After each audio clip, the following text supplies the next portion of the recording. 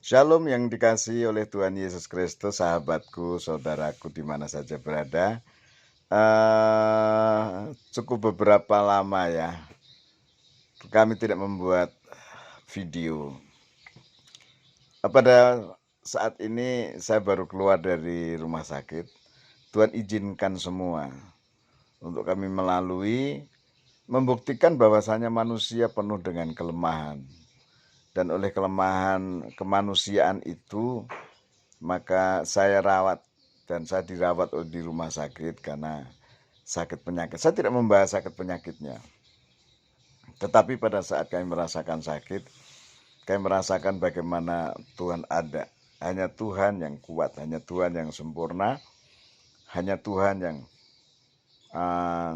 berkuasa. Dan kekuasaan Tuhan adalah kekuasaan yang final. Nah, untuk itulah makanya kalau kita boleh ada sampai hari ini terus mengucap syukur. Mengucap syukur bukan harus pada saat Anda banyak uang, pada saat Anda diberkati, pada saat Anda sehat, pada saat Anda kaya, dan lain sebagainya. Tapi mengucap syukur adalah dasar daripada keimanan. Orang bohong mengatakan kalau dia beragama, dia percaya kepada adanya Tuhan, tetapi dari mulutnya selalu keluar keluhan. Apakah tidak boleh mengeluh? Nah, di sini Alkitab hanya dibagi dua orang, dua macam manusia. Yang pertama adalah orang benar, yang kedua adalah orang fasik. Dan dikatakan dalam kitab Yudas, apa itu orang fasik? Orang fasik adalah orang yang suka mengeluh akan nasibnya tidak baik. Nah, sementara itu juga terjadi di mana saja, terutama justru orang-orang yang beragama. Pada saat ditanya apa kabar, mereka jawabnya apa? Aduh susah. Wong ditanya apa kabar kok susah. Tidak nyambung jawabannya. Bagaimana keadaannya? Aduh, apa-apa mahal. Apalagi ini mau lebaran, semua harga naik dan lain sebagainya. Sebenarnya pengucapan syukur bukan masalah harga mahal, tapi mengucap syukur pada saat Anda bisa membeli, itu adalah anugerah oleh Tuhan. Karena Tuhan yang membuat semuanya baik adanya. Saya kira begitu. Lah, kenapa dia mengucap syukur? Karena dia mengakui bahwasannya Tuhan itu ada.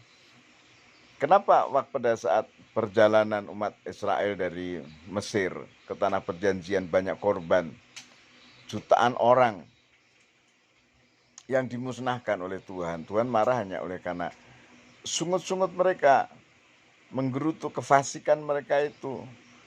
Orang yang suka bersungut-sungut adalah orang yang sebenarnya tidak percaya dengan kuasa Tuhan, tidak mempercayai Tuhan itu ada. Padahal Tuhan punya rencana.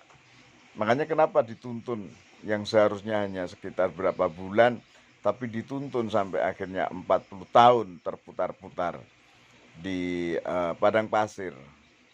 Karena sungut-sungut, hanya karena tidak ada air minum, hanya karena tidak ada makanan, tidak ada daging, umat Israel bersungut-sungut. Nah, ini satu renungan yang panjang. Pernahkah kita bersungut-sungut hanya oleh karena tidak ada yang dimakan, kurang minum, sakit dan lain sebagainya? Ayo introspeksi, jangan menyalahkan orang lain, tapi yuk mulai melihat diri sendiri. Kami dalam keadaan sakit, kami mengusahakan kesehatan, dan kami yakin Tuhan menyertai. Dan sampai hari ini kami tetap sehat. Kami pernah kena COVID di bulan Maret tahun lalu. Kami bulan Juni kembali kena, akan tapi tetap sehat. Mengapa? Bukan nggak percaya dengan adanya dokter dan rumah sakit, tapi kami berdiri bersama dengan Tuhan, dan kami tetap sehat.